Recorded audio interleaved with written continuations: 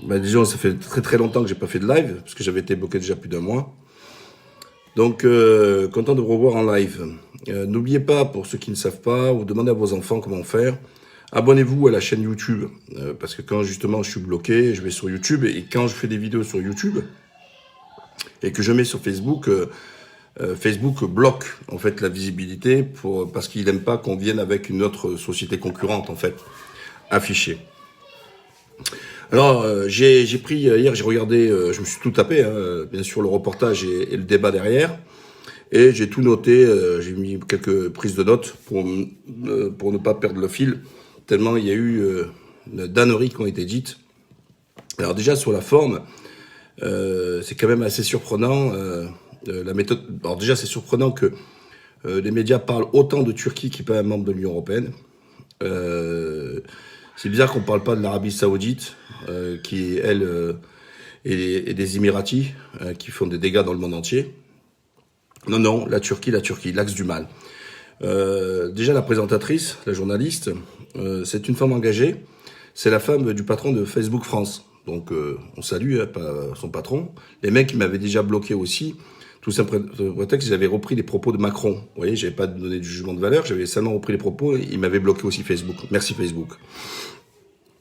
Et donc, on va le voir dans le format, la volonté, c'est envoyer un message. Déjà, le titre, le sultan Erdogan. Déjà, c'est insultant. C'est insultant parce que elle l'appelle pas avec son titre. Même Trump, tant décrié, on dit le président Trump. Or, Erdogan, lui, on lui dit pas président Erdogan. On veut l'enlever. Pourquoi? Parce qu'on veut islamiser, en fait. Déjà, c'est préparer les esprits en disant, parce que leur seul axe qu'ils ont à l'endroit de Erdogan, c'est l'islam. Et donc, par conséquent, ils veulent pas l'appeler président. Il faut qu'il l'appelle sultan. Donc, ça veut dire que c'est un parti pris. Et ce n'est pas une vision, comment vous dire, objective des choses.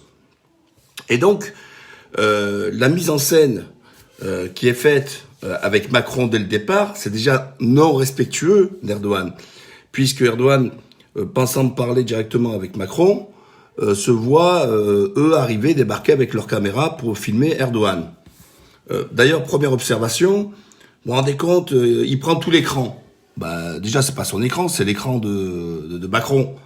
Déjà, elle attaque sur le fait qu'on voit Erdogan seul avec une grande table. Elle attaque déjà rien que dans l'échange qu'on va avoir avec Macron. Vous vous rendez compte jusqu'à où ça va? Vous voyez, ça donne le tempo, ça donne etc. Et donc Macron, je trouve que c'est malhonnête ce qu'il a fait, parce qu'il aurait dû prévenir Erdogan. La deuxième chose, et on le verra après par la suite, surtout si c'est après faire un procès d'intention à Erdogan. Donc, alors on voit, il y a plusieurs parties. La première partie est très à charge, beaucoup mensonger, je vais en faire état. Après, au milieu, on se retrouve dans le reportage avec plus ou moins quelque chose qui tient la route. Et puis après, ça repart un peu en vrille. Donc, au début du teasing, ils disent oui, on montre Erdogan qui dit qu'il faut boycotter les produits français, tout ça, etc. Et ils montrent des images des manifestants, mais sauf que les images qu'ils ont montrées, c'était celles du Pakistan. Comme les gens, ils portaient chichia là sur la tête, très véhément comme on connaît au Pakistan, comme ils savent bien faire. En fait, c'est pour essayer de troubler l'esprit. Sauf que les Turcs ne s'habillent pas comme ça, et on met des images du Pakistan pour donner du crédit en fait aux propos qui étaient faits à l'encontre d'Erdogan. Donc une manipulation déjà des images, et ça c'est grave. C'est-à-dire que c'est pas du journalisme, ça, c'est vraiment de l'enflerie. Donc ils lui font le procès. Oui, vous vous rendez compte, ils traitent la France d'islamophobe, c'est inadmissible. Mais attendez, encore aujourd'hui, on a l'affaire de Strasbourg. Vous voyez, c'est une affaire qui ne devrait pas avoir d'affaire. C'est qu'on se retrouve avec une mosquée qui est en cours de construction depuis 2017, depuis l'arrivée de Macron au pouvoir, que le préfet a suivi et félicité la construction, donc le représentant de l'État, et sous prétexte Juste au moment où les Verts, eux, ils donnent une subvention parce que c'est le concordat, la laïcité ne s'applique pas et donc ils ont le droit de donner une subvention. Et là, parce qu'ils avaient refusé la charte arbitraire, c'est une seule charte qui est faite pour une communauté et pas pour les autres communautés religieuses. Et Chapal a été encore plus loin dans cette charte. Elle demande, dans la valeur de la charte des imams, qu'ils doivent respecter et doivent reconnaître le mariage homosexuel. Mais je crois rêver, Mais là, on est en pleine ingérence du culte. Jamais l'islam ne reconnaîtra le mariage homosexuel, que ça vous plaise ou que ça vous déplaise. Comme les juifs ne le reconnaissent pas, comme les chrétiens ne le reconnaissent pas. Et je rappelle les millions de Français, de catholiques, qui ont manifesté contre le mariage pour tous. Là, on ne demande pas au curé de signer la charte, justement, de dire qu'il faut pas aller faire le touche-pipi avec les autres pédophiles, les autres sur l'histoire, etc. Même si ça reste pas très marginal, et je le souhaite pas, vis-à-vis des catholiques. Hein. J'ai aucun souci là-dessus. J'arrive à garder quand même raison et voir que c'est ultra minoritaire. Sauf que pour les musulmans, il suffit qu'il y a des gens qui ont dit Allah Akbar d'une fois, et là pour les autres le discrédit, surtout les musulmans. Et donc quand il dit islamophobe, mais l'ONU, donc vous voyez c'est pas n'importe quoi. On a l'Europe, c'est pas n'importe quoi non plus. On a des ONG, c'est pas n'importe quoi non plus, qui ont mis en garde la France en disant qu'il y avait un climat islamophobe d'État, et ce qui est une réalité. Pas un jour sans parler des musulmans, pas un jour sans vouloir légiférer sur les musulmans. Des lois spécifiques sur les musulmans, traités de séparatistes, etc. Mais quand Erdogan il le dit, il lui dit c'est inadmissible. Vous voyez le truc, c'est-à-dire Erdogan ne fait que dire ce que des structures internationales disent à la France. Ils n'ont pas attaqué le Washington Post. Oui, Macron n'avait pas aimé quand le Washington Post avait parlé de ça, justement, etc. La presse anglaise aussi. Tout le monde relaie, justement, sur la focalisation là-dessus. Sauf que non, on préfère dire, ouais, vous vous rendez compte, il a dit ça, hein. Erdogan, c'est Erdogan qui l'a dit, c'est pas bien. Mais non, il dit que la vérité. Alors, je sais que ça vous dérange, mais il y a qu'en France, nombriliste, qu'on se rend pas compte, qu'on veut pas écouter, ou on ne veut pas voir, pensant être sûr d'être dans le vrai. Il y a, oui, actuellement, une volonté. Il y a un climat islamo. Et pourtant, je suis pas une pleureuse, je suis pas dans la victimisation, c'est pas mon truc, c'est pas mon délire. Ensuite, Erdogan, limite, c'est un prophète. Astaghfirullah. Alors, il accuse de ça. Il accuse que c'est lui qui écrit les khutbahs, les prêches des imams. Parce qu'ils disent, oui, gouvernement qui écrit les prêches pour la France. On vous rendrait compte. Alors Erdogan il écrit les prêches pour la Turquie, il écrirait pour la France, pour l'Allemagne, tout ça, etc. Mais vous vous rendez compte, c'est comme s'il avait rien à faire. Erdogan, tous les jours, il est à un endroit avec une telle personne dans le monde entier, il bosse comme un malade, mais il écrirait les trucs. Vous vous rendez compte jusqu'où ils vont dans leur délire? Il dit qu'il a une armée numérique en France. Mais attendez, désolé, je vais pas être modeste, je pense que je suis celui qui est le plus suivi et le plus connu pour défendre Erdogan et la Turquie. En France, en Belgique ou en Suisse. Donc je suis très clair là-dessus. Je suis celui qui est le plus suivi et le plus connu là-dessus. Je suis pas payé et je suis pas une armée numérique. Et j'ai toujours fait le procès, au contraire, de pas être assez, pendant des années, quoique aujourd'hui ça va mieux, de pas être assez sur les réseaux, de pas assez partager, de pas assez répondre, etc. Mais c'est pas Erdogan qui nous commande. C'est pas Erdogan qui nous dit ce qu'il faut faire. On n'est pas une armée numérique. Parce que ils disent toujours il faut dissocier Erdogan de son peuple. Oh, le peuple, il est brave, il est gentil, on aime l'histoire turque, on aime les Turcs. Mais c'est faux. Vous l'insultez. Quand vous touchez Erdogan, vous touchez aux Turcs.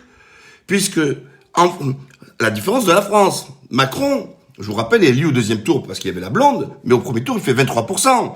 Erdogan gagne avec 52,5% au premier tour, et non pas à sa première élection, ça c'était la première au suffrage universel.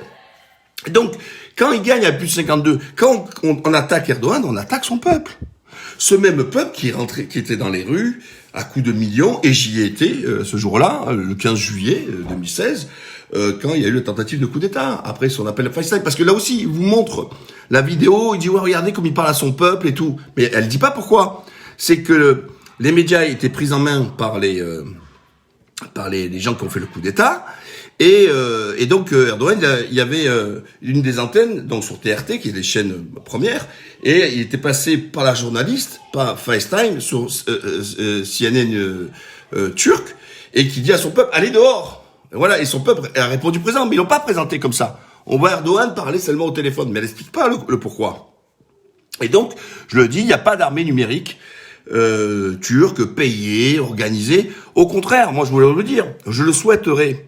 Et je pousse dans ce sens, j'ai d'autres personnes, des amis, qui militons auprès des autorités turques de le faire. Parce que je dis, il y a tellement de mensonges qui sont dits sur la Turquie, qu'il faut justement, parce que Israël le fait, d'autres pays le font, les Émiratis, tout ça, les Saoudiens, ils ont des armées numériques qui répondent dans les réseaux sociaux, etc.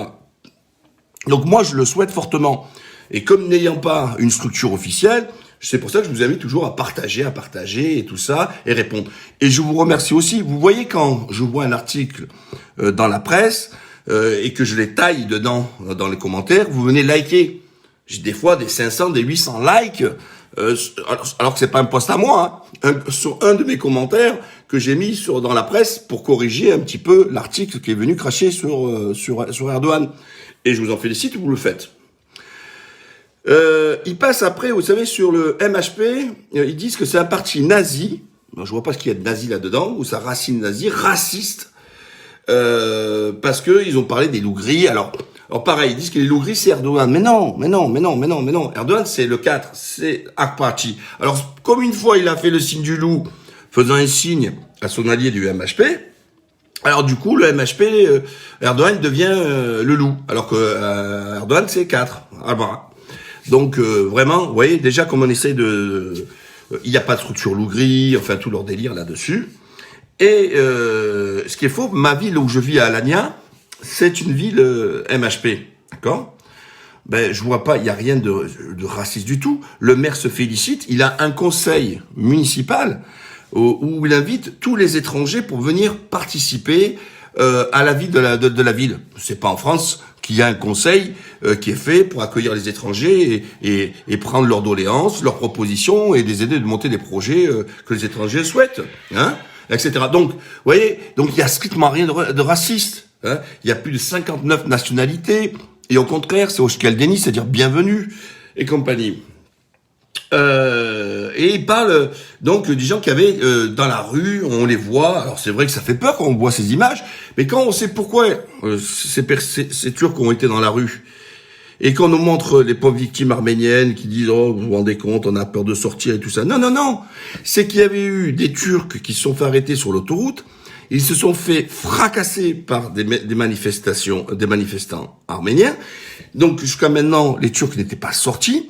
Les Turcs, quand c'est sorti dans les réseaux sociaux, ne supportant pas que des gens comme des lâches ont tabassé un Turc, ont été manifestés dans la rue, etc. Et certains ont fait les cris du MHP ou des Lougris et compagnie. Voilà. Vous voyez, donc ils remettent pas le contexte. Hein, ils arrivent de suite, les Turcs sont sortis. Non, comme ça, ils sont sortis. Non, ils sont sortis parce que il y en a ils ont été lynchés. Sauf qu'on n'en parle pas. On n'a pas dissous ces extrémistes arméniens, on a dissous quelque chose qui n'existe pas d'ailleurs, les loups gris. Ensuite, il nous parle sur Sainte Sophia, en disant qu'il a transformé parce que vous voyez, c'est Erdogan le conquérant et que l'imam il était avec l'épée et donc ça veut dire qu'ils vont encore conquérir des terres, etc. Parce qu'il y a toujours ce spectre de vouloir conquérir des terres. Sauf que non, c'était un rappel traditionnel des choses qui ont été faites.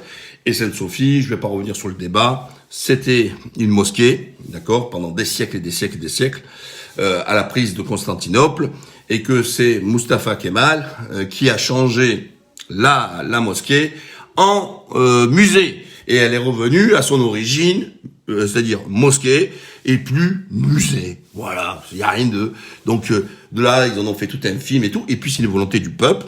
Il y a des gens qui ont fait aussi des procédures juridiques là-dessus pour pouvoir la récupérer, et c'est pas une initiative à la base d'Erdogan. Il a donné que le feu vert par la suite.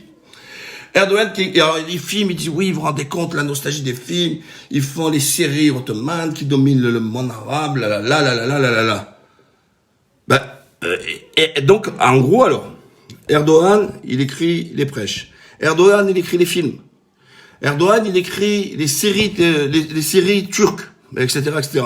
Mais en France, quand on a tous les films de KPDP, on fait pas le procès de la France de vouloir, justement, dans sa grandeur royaliste, etc. C'est l'histoire de France. Ils sont beaux, ces films. Ils sont intéressants. Je vois pas pourquoi on ne ferait pas la Turquie et serait le seul pays au monde qui serait interdit de faire des films sur son histoire. Et en plus, c'est une histoire contemporaine parce que ça date seulement d'avant un siècle, etc. Pour certains. Et donc, c'est du cinéma.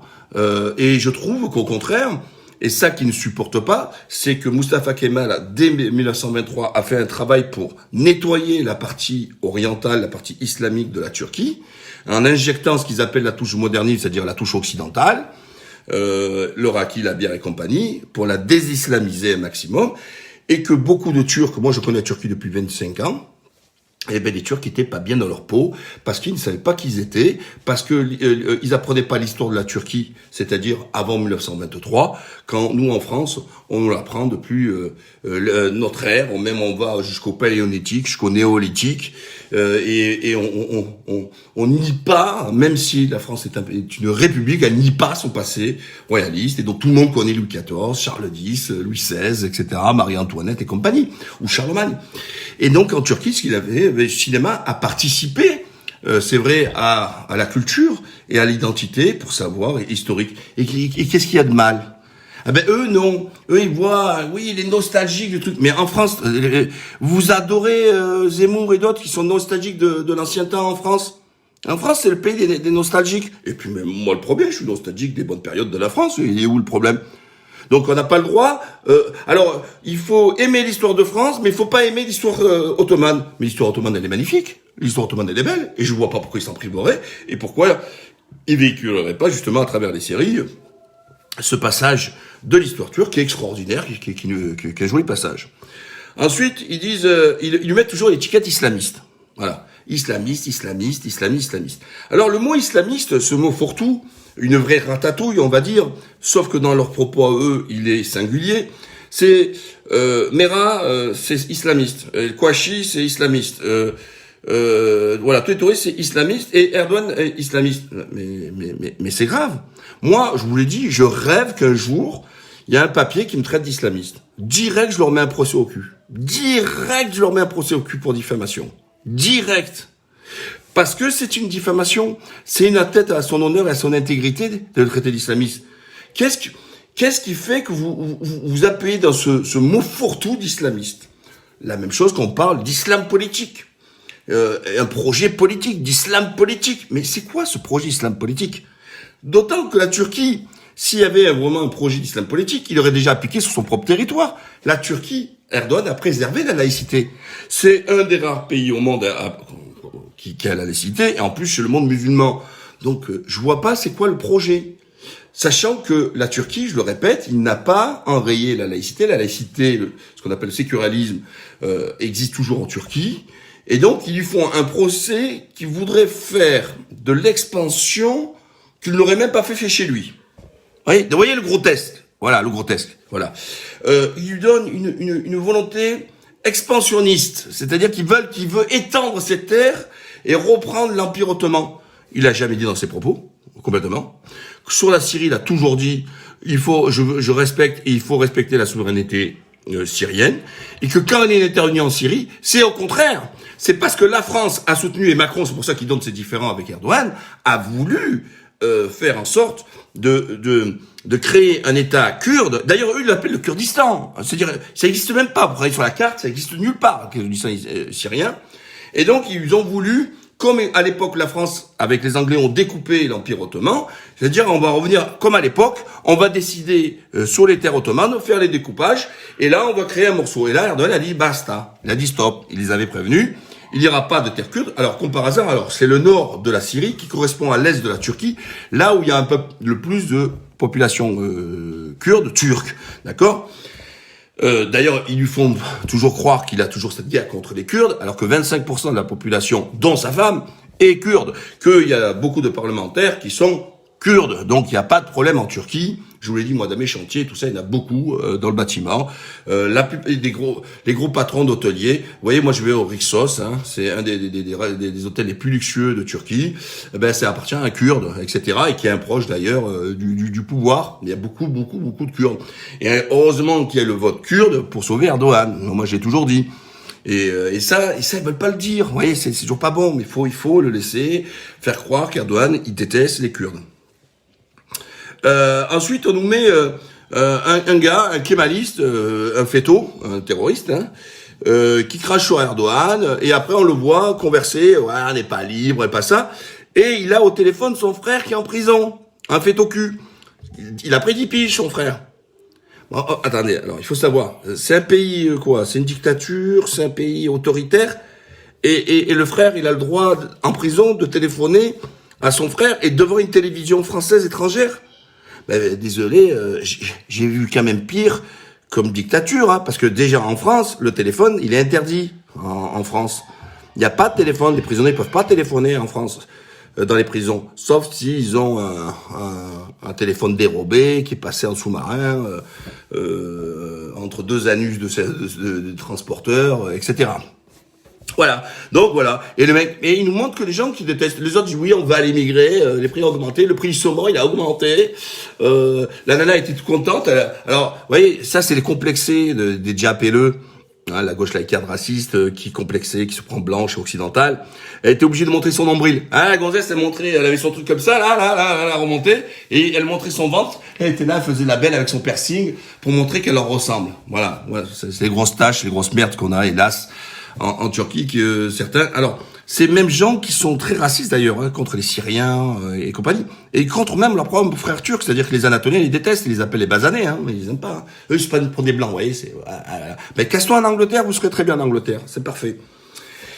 Et toujours pareil, alors, il parlait de la baisse du niveau de vie, alors que, certes, il y a une inflation en Turquie, mais quand l'inflation elle est de 14, l'augmentation de salaire elle est de 23. Excusez-moi, il faut pas sortir de l'ENA. D'ailleurs, on a vu quand on est géré par des énarques, ce que ça donne, pour voir qu'on se rend compte que justement, il y a pas une baisse du pouvoir d'achat parce que les salaires suivent et au-delà de l'inflation.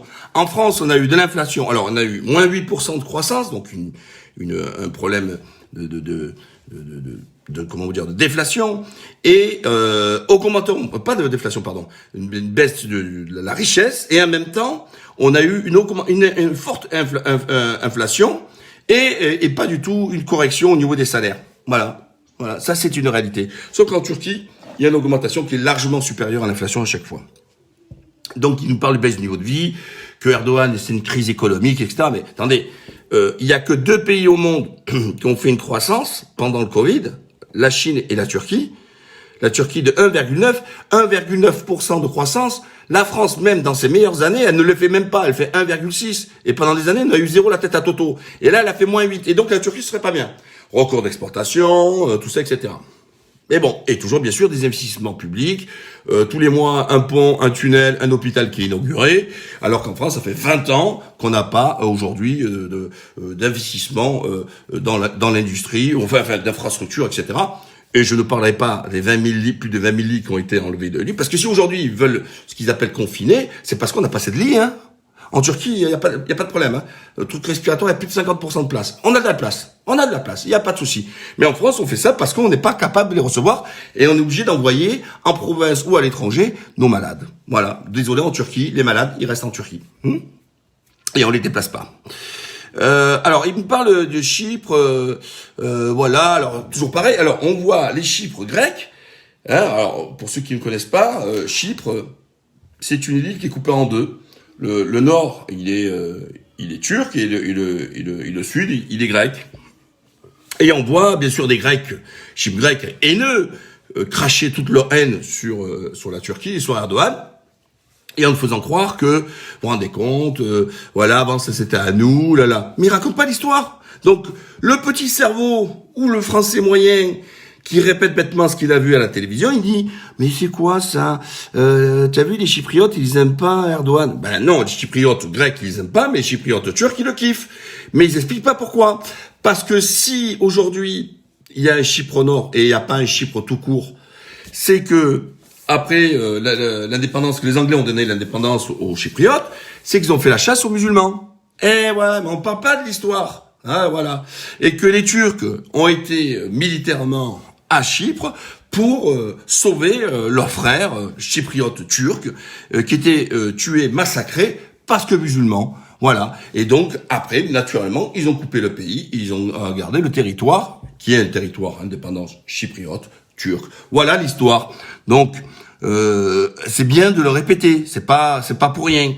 Quand ils viennent nous dire pareil, alors ça c'était bien fait par contre, vous voyez, ils nous montrent qu'on est à Cache, hein, c'est à côté d'Antalya.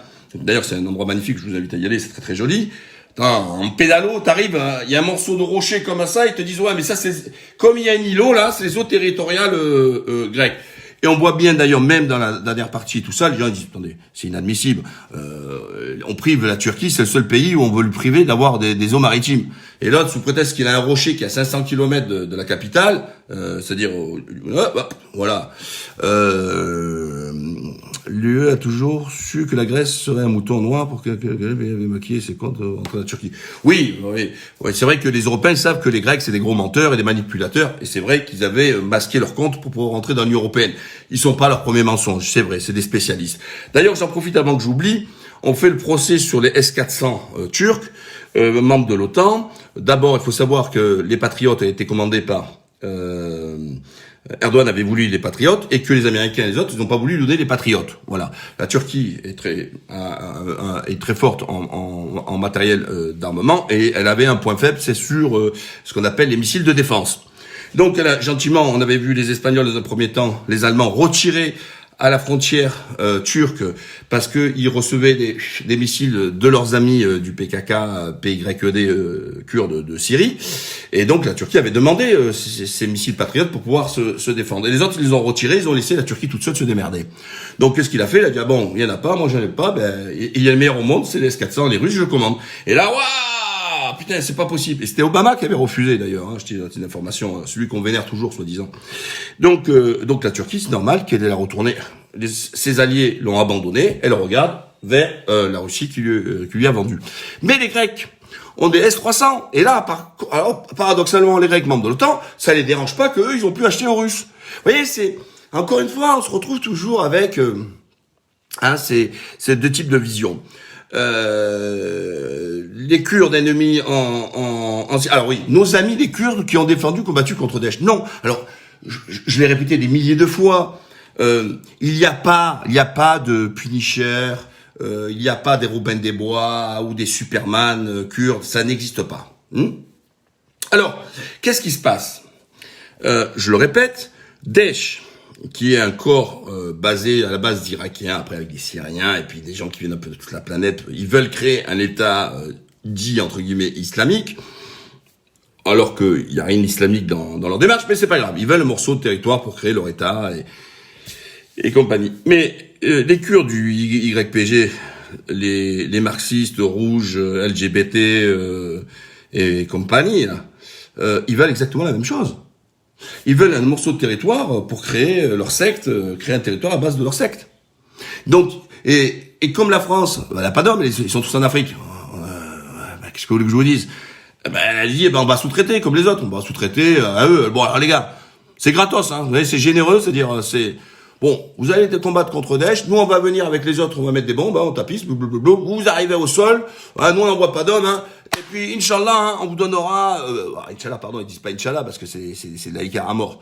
On espère, on vous donnera un morceau de territoire syrien, tiens, c'est à toi, tiens, la Syrie, ça vous appartient les gars. Et vous ferez votre État. En fait, ils ont voulu faire ce que les Américains ont fait en Irak, c'est-à-dire faire un Kurdistan irakien, c'est-à-dire diviser, couper un morceau de l'Irak pour créer un pays. Mais ça va, non, les mecs? Non, mais ça va, non? Mais donnez un morceau de la France dans ces cas. Pourquoi donner un morceau de la France? Pourquoi vous voulez donner un territoire qui vous appartient pas? Et bien sûr qu'Erdogan a empêché ce plan ce plan désastreux. Alors, après, il nous parle l'histoire du navire, tout ça, etc. Mais il n'est pas dit dans le reportage que Macron a soutenu Haftar, qui est un dictateur, un mercenaire, tout ça, etc. Donc, désolé, Ça, il n'y a pas posé la question pourquoi Macron il a été avec lui. Vous voyez, dans tous les mauvais coups, il était là, Macron. Mais en fait, c'est parce qu'il a cumulé les défaites. Il a cumulé les défaites. Et pourquoi? Parce que Macron avait signé avec Haftar des accords pour Total pour aller choper le pétrole et le gaz, le pétrole libyen. Mais ça, naturellement, on va pas vous le dire. Enfin, quand même, Enfin. Trop d'Européens extrémistes, religieux, Macron. Alors oui, Macron, quand il lui pose des questions, Macron, lui dit elle dit mais c'est qui vous êtes aidé par les autres et tout, non, je suis tout seul, etc. Mais oui, c'est vrai. Oui, regardez, l'Italie a des bons rapports avec la Turquie. L'Espagne a des bons rapports avec la Turquie.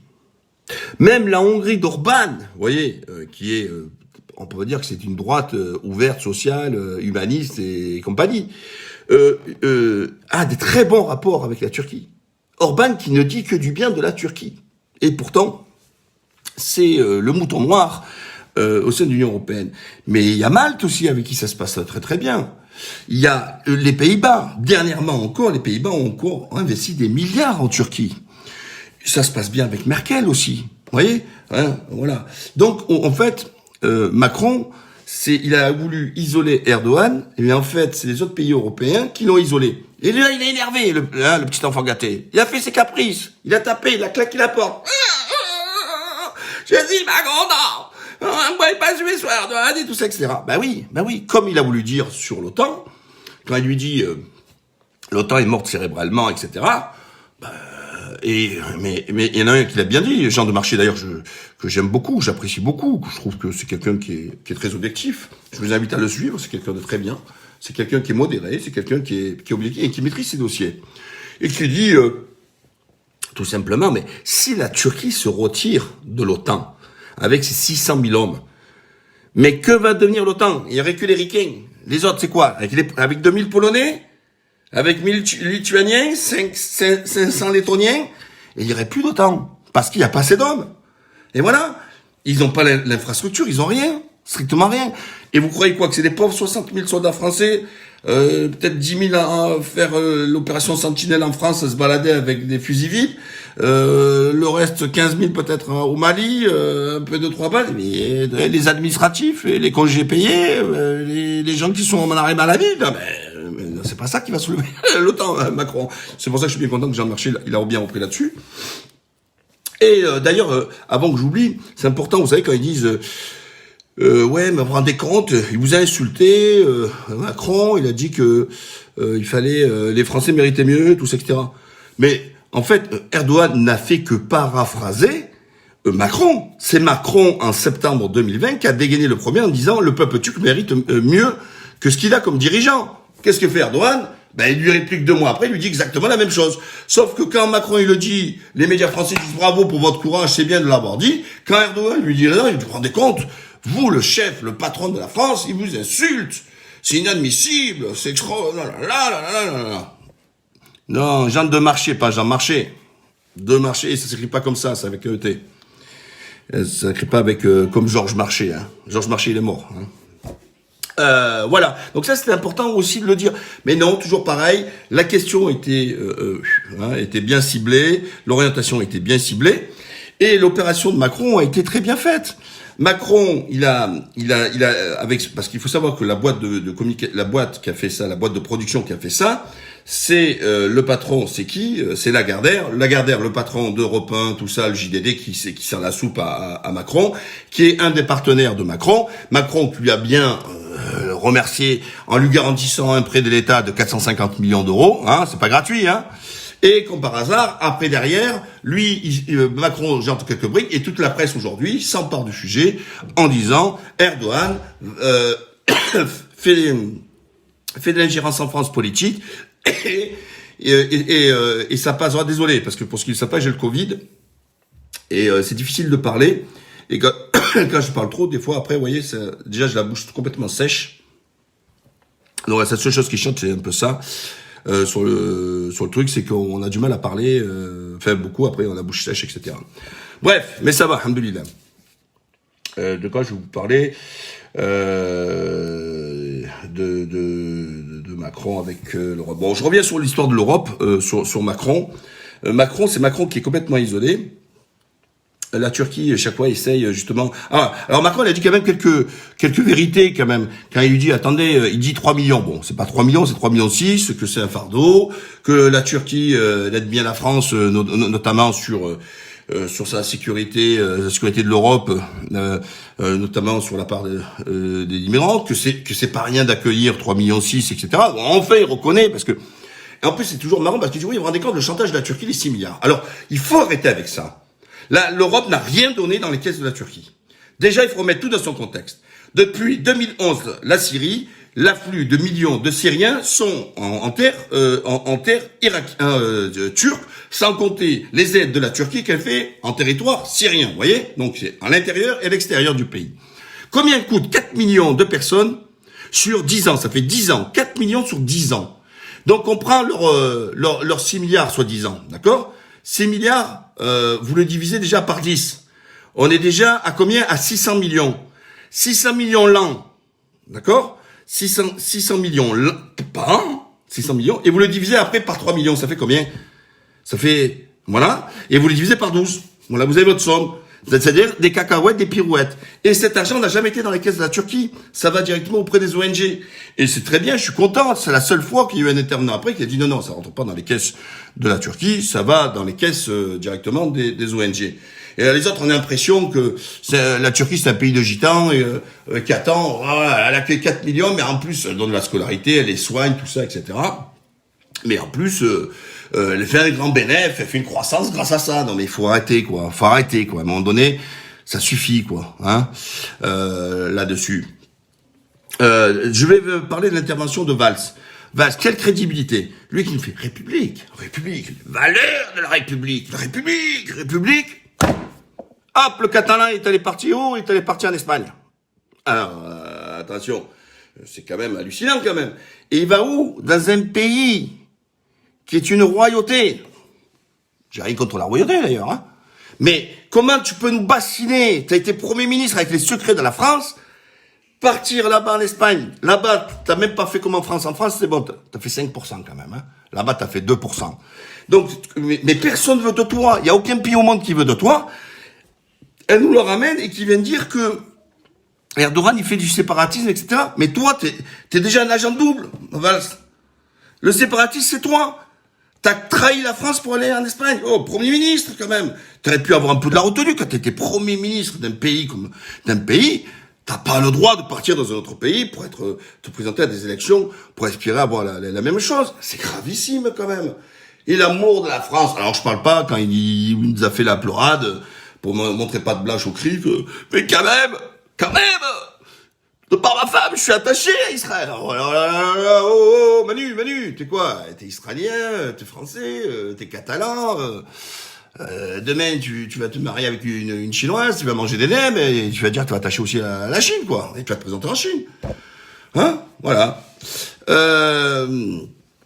Donc, Sarkozy a été plus modéré. Je pensais que Sarkozy allait être beaucoup plus fracassant. Il dit d'ailleurs que... Alors, par contre, il commet aussi une erreur en disant que la Turquie veut avoir une... Ils font toujours le procès de vouloir être expansionniste. Mais Erdogan n'a jamais dit, il n'a pas cette volonté-là. Qu'il veuille créer des alliances avec des pays musulmans pour élargir sur le modèle de l'Union européenne, et moi je suis le premier à le souhaiter, à le vouloir et à le proposer, de faire une union avec le monde musulman. Bah, je vois pas qu'est-ce qu'il y a de mal à faire ça. Donc, c'est pas élargir les frontières, c'est les alliances. Mais j'écoutais encore Zemmour tout à l'heure qui disait la Turquie n'a pas d'amis, elle est isolée. Mais ça provient que mais Zemmour, l'olive, mais tu l'as dans le cerveau. Mais tu sais pas que les pays turcophones, c'est presque 450 millions de personnes, que la Turquie, elle a tous ses pays frères, notamment l'Azerbaïdjan. Quand elle va en Azerbaïdjan, c'est parce que c'est un pays frère. Hein? Elle a tous les pays turcophones, c'est ses pays frères. Je parle même pas en plus du Pakistan qui quand même a toujours été présent avec les Turcs, etc. La Turquie, elle est, excuse-moi, c'est pas la France. Pourquoi ils n'ont pas posé la question? Pourquoi Erdogan, aujourd'hui, va sur des anciennes colonies françaises, eh ben, il accueille avec tapis rouge les peuples, il crie Erdogan, D'accord? Et quand Macron il arrive, il va lui envoyer des tomates, il crache sur la France en disant casse-toi la colonisation. Vous voyez? Voilà, mais ça, pourquoi? Et d'ailleurs, ça me fait rire parce que même Bonzon, qui comprend rien, il dit ouais, mais est-ce qu'il est aimé dans le monde musulman? Il y a une étude, et elle invente, elle dit oui, avant oui, maintenant non, hein, parce qu'il pense qu'il est dur, il n'est pas aimé. Mais il est kiffé, Erdogan. D'ailleurs, je vous rappelle, c'est parce que c'est Erdogan qui a tapé sur Macron, sur son islamophobie, que le monde musulman s'est enflammé quand même. Donc le pouvoir d'Erdogan, parce qu'ils disent ouais, l'ingérence d'Erdogan. En fait, ce qu'il veut dire, c'est que Macron, où il est vert, il sait pas comment faire, c'est que Erdogan a ce pouvoir qui est au-delà de ses frontières. Bon, certes, pas en France, hein, il passe son temps à lui cracher dessus, mais dans le monde musulman, quand Erdogan prend une position, si Erdogan demain il dit il faut taper sur la France, croyez-moi, on parle en centaines de millions qui vont se mettre droit comme un i et suivre ce qu'il dit. Et ça, Macron, il a percuté. Il te dit bon, j'ai essayé de le démonter en Europe, j'ai pas trouvé d'alliés, je me suis isolé, j'ai tout essayé et ça marche pas. Ben maintenant, je range l'épée, je vais discuter avec lui. Ben oui, t'as intérêt de discuter avec lui parce que vous avez beau vous le minimiser, le rendre comme quelqu'un d'isolé, de barjot, tout ça, tout ce qui n'est pas vivant, mais il est capable de laver du monde grave. Moi, je vous le dis. Et il a cette puissance. Et quand ils nous font le procès d'ingérence, et c'est pas les 600 000 Turcs, enfants compris, qui y a en France, qui vont changer le scrutin des élections présidentielles, hein, que l'influence. Mais non, il a pas dit Macron. Quand il dit ouais, ils peuvent avoir l'influence pour les élections présidentielles, c'est lui, il peut pas le dire, mais il le sait. C'est qu'il a de l'influence sur les musulmans qui y a en France et qui réagissent en tant que librement. C'est que les gens lui donnent du crédit. Et au contraire, les musulmans de France le saluent, le remercient d'être le seul chef d'État au monde à s'être opposé à Macron en dénonçant ces lois liberticides et ces lois islamophobes qu'il est en train de préparer. Et au contraire, il salue son engagement. Il salue que Erdogan puisse faire ça, etc., en tant que leader musulman. Et je reviens encore une fois, les autres pays au monde, des instances structurelles, les ONG, etc., ont aussi fait. Mais le monde musulman, lui, il était par contre dans le silence. Voilà. Il travaille réfugié. Alors, il travaille avec Turquie, réfugié, élection. La Turquie va s'engager. Oui, donc oui, c'est ce que je disais tout à l'heure sur l'engagement supposé de la Turquie, tout ça, etc. Alors, ce qui était rigolo, vous savez que moi j'aime beaucoup Chirac, vous le savez, j'étais dès 19 ans avec lui, c'est quelqu'un que j'ai beaucoup aimé, et j'étais content que, je connaissais pas cette anecdote d'ailleurs, que Sarkozy ait donné cette anecdote, que lorsqu'ils étaient au Conseil des ministres, Chirac, pour tacler Sarkozy, il lui dit, mais attendez, il lui dit, ceux qui sont contre la Turquie dans l'européen, ce sont des imbéciles. Et Sarkozy s'est vanté en disant, on est une majorité là-dessus. Mais c'est normal parce que quand Chirac, c'était un pragmatique et il n'avait pas une vision dogmatique, idéologique. Il voyait la Turquie parce que, comme De Gaulle la voyait, comme un axe qui pouvait nous permettre entre l'Orient et l'Occident, justement, d'être vraiment cette courroie de transmission. Et donc, Chirac voyait ça. Et Sarkozy, lui, au contraire, il accentue, pour flatter les plus bons instincts, en disant, c'est pas notre civilisation. Et deux, elle est pas européenne. Chypre, c'est quoi, Chypre? Chypre, c'est au sud de la Turquie, c'est une île qui est comme ça. Et en plus, c'est que le sud, puisque le nord, c'est Chypre turc. Donc, l'île flottante, là, elle a quoi, là? Elle est pas du tout Europe. Au moins, Istanbul, c'est dans l'Europe. Mais alors, Chypre, c'est dans le sud, là-bas. Si elle se déplace un peu, elle va aller au Liban, hein. Chypre. Hein, bon, je vous rassure, elle se déplace pas, l'île, hein. Mais bon, pour vous donner le schmilblick. Donc, lui, au moins, Sarkozy, il était honnête. Il dit, on n'a pas les mêmes, en fait, c'est pas la même religion, quand il parle de culture. Parce que j'ai fait pratiquement tous les pays européens. Franchement. Je vais en Espagne, je connais très très bien. Alors, l'Italie, n'en parlons même pas. J'ai l'impression, moi, d'être chez moi. Donc, c'est des Méditerranéens. Donc, j'ai une familiarité, j'ai une sensibilité, j'ai une émotion particulière où je me retrouve dans ces pays-là. Même les Turcs, d'ailleurs, vous ressemblez beaucoup à des aspects italiens, tout ça. Mais quand je vais en Pologne, en Lituanie, en Lettonie, et d'ailleurs, en Lettonie, je parlais que russe. Quand j'étais en Lettonie, je parlais que russe. Mais il n'y a rien de commun. En plus, en Lettonie, c'était des orthodoxes.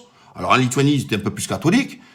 Tout ça, etc. Mais les autres, c'est des orthodoxes. Il n'y a rien en commun. Mais rien avec nous. Mais quand je vous dis rien, Mais même pas la salade, elle est en commun. La bouffe, elle n'a rien à voir. Enfin, il n'y a rien. Alors, de quelle culture tu me parles? Moi, Sarkozy, quand tu me parles comme ça, j'ai du mal à comprendre. Mais de quoi tu me parles? Il n'y a rien de rien là-dessus. Voilà. Qu'est-ce qu'il y avait d'autre que je voulais parler par rapport à Sarkozy? L'intervention de Macron. Voilà. Moi, j'insiste vraiment, cette journaliste, vous voyez qu'elle posait des questions, elle était déçue.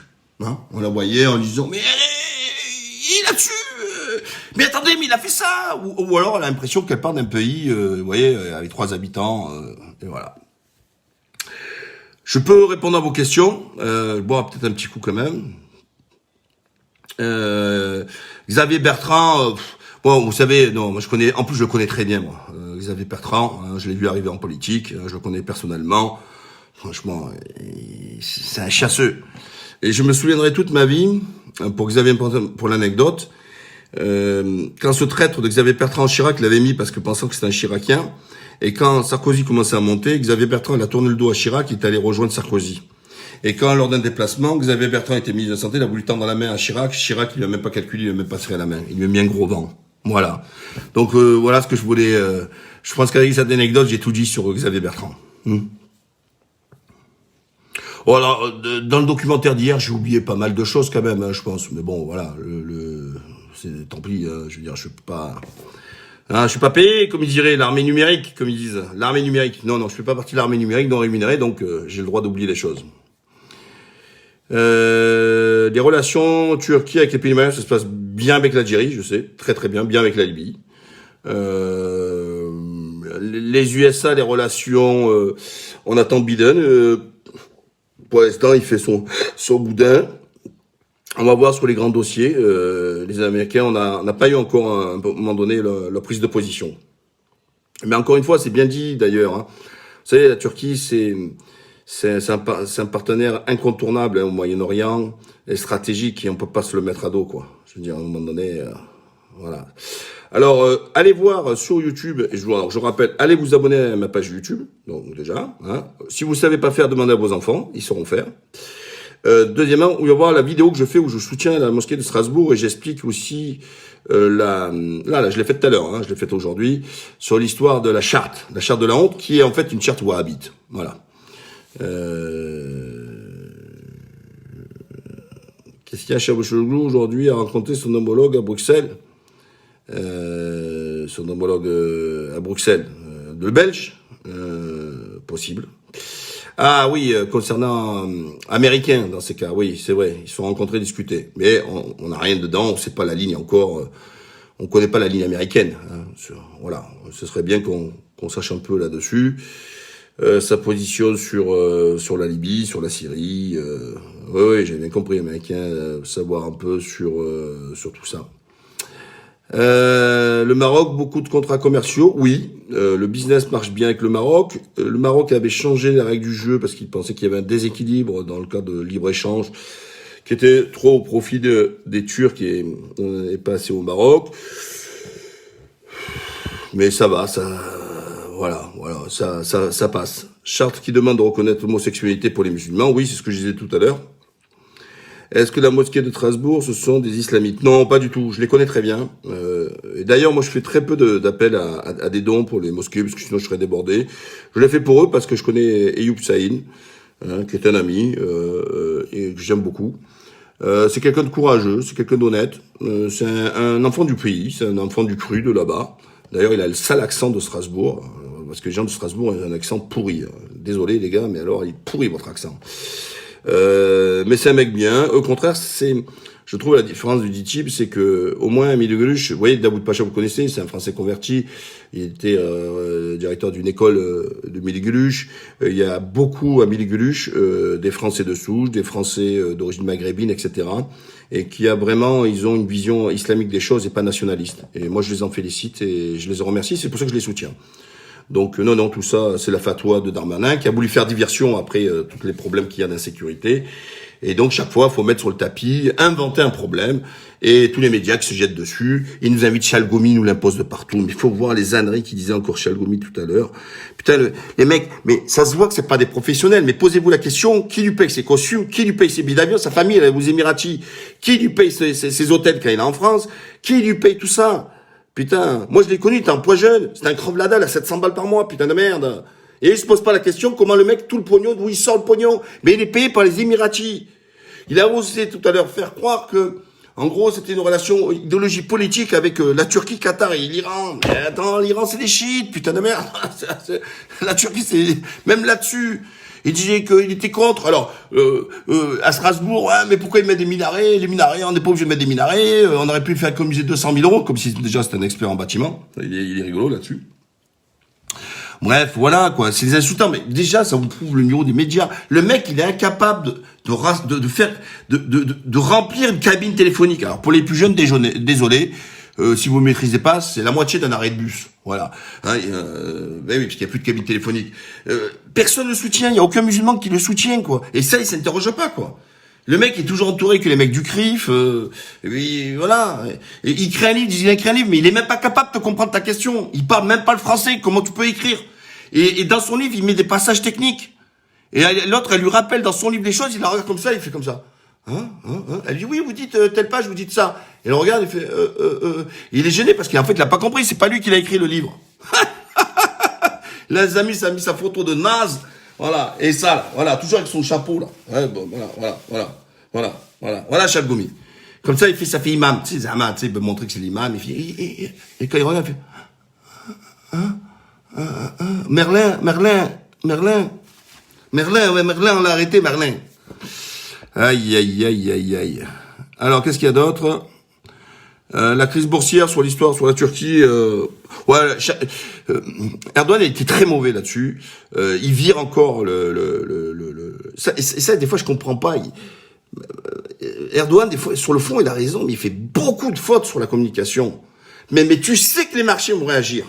T'as le mec, il augmente de 200 points pour assurer les marchés. Et donc, on voit que la télé reprend de la force sur les taux directeurs, etc. Et toi, tu lui coupes la tête, tu mets un mec. La télé, elle prend un télé d'un seul coup à la hausse. Et là, il a fallu lundi sortir après le pompier, le ministre de l'économie et des finances pour dire, mais non, attendez, on reste libéral, on continue à faire ça. Mais pourquoi tu fais ça, Erdogan? Je comprends pas. Qu'est-ce qui se passe? Ou alors, il y a des traites intérieures qui sont les communiqués à sa place. Comment tu peux faire sans annonce, virer le patron de la Banque centrale? Comment tu peux faire ça? Alors, ne me dites pas, je m'en fous des marchés, c'est les marchés qui font la Turquie, elle a pas le contrôle de sa monnaie. Donc voilà, donc tu es dépendant du marché. Et vous fermez votre gueule, c'est comme ça. Voilà, c'est le système. Il est très mauvais là-dessus. Je le soutiens pour tout Erdogan, mais il faut reconnaître ses fautes. Et en même temps, une sur l'histoire sur la convention qu'il n'aurait jamais dû signer. Et les autres, ils ont parti sur les violences faites aux femmes. Alors qu'il y a plus de structures, il y a plus d'organisations sur la lutte contre les violences faites aux femmes en Turquie qu'en France. Mais sauf que dans cette convention, il était prévu aussi la partie sur les LGBT. Et ça, c'était pas accepté en Turquie. Par son peuple, notamment, une partie du peuple. Voilà. Donc l'erreur, c'est pas de l'avoir enlevé sa signature. L'erreur, c'est d'avoir mis sa signature au dépôt. Voilà. J'ai oublié les pêcheurs grecs. Ouais, mais c'est la même merde. Ils me parlaient tous les Grecs chaque fois pour cracher leur haine. Alors, attends, quel culot. Ces pêcheurs grecs, ils disent, regardez, pauvre Erdogan, salaud d'Erdogan, il lâche les mecs, il lâche ici, etc. Oh! Mais c'est vous les Grecs qui les tuez. Combien de Grecs ont tué?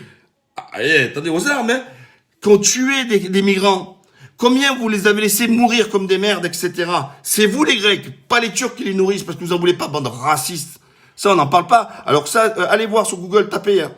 Si c'est pas les médias français qui en parlent, c'est les médias anglo-saxons.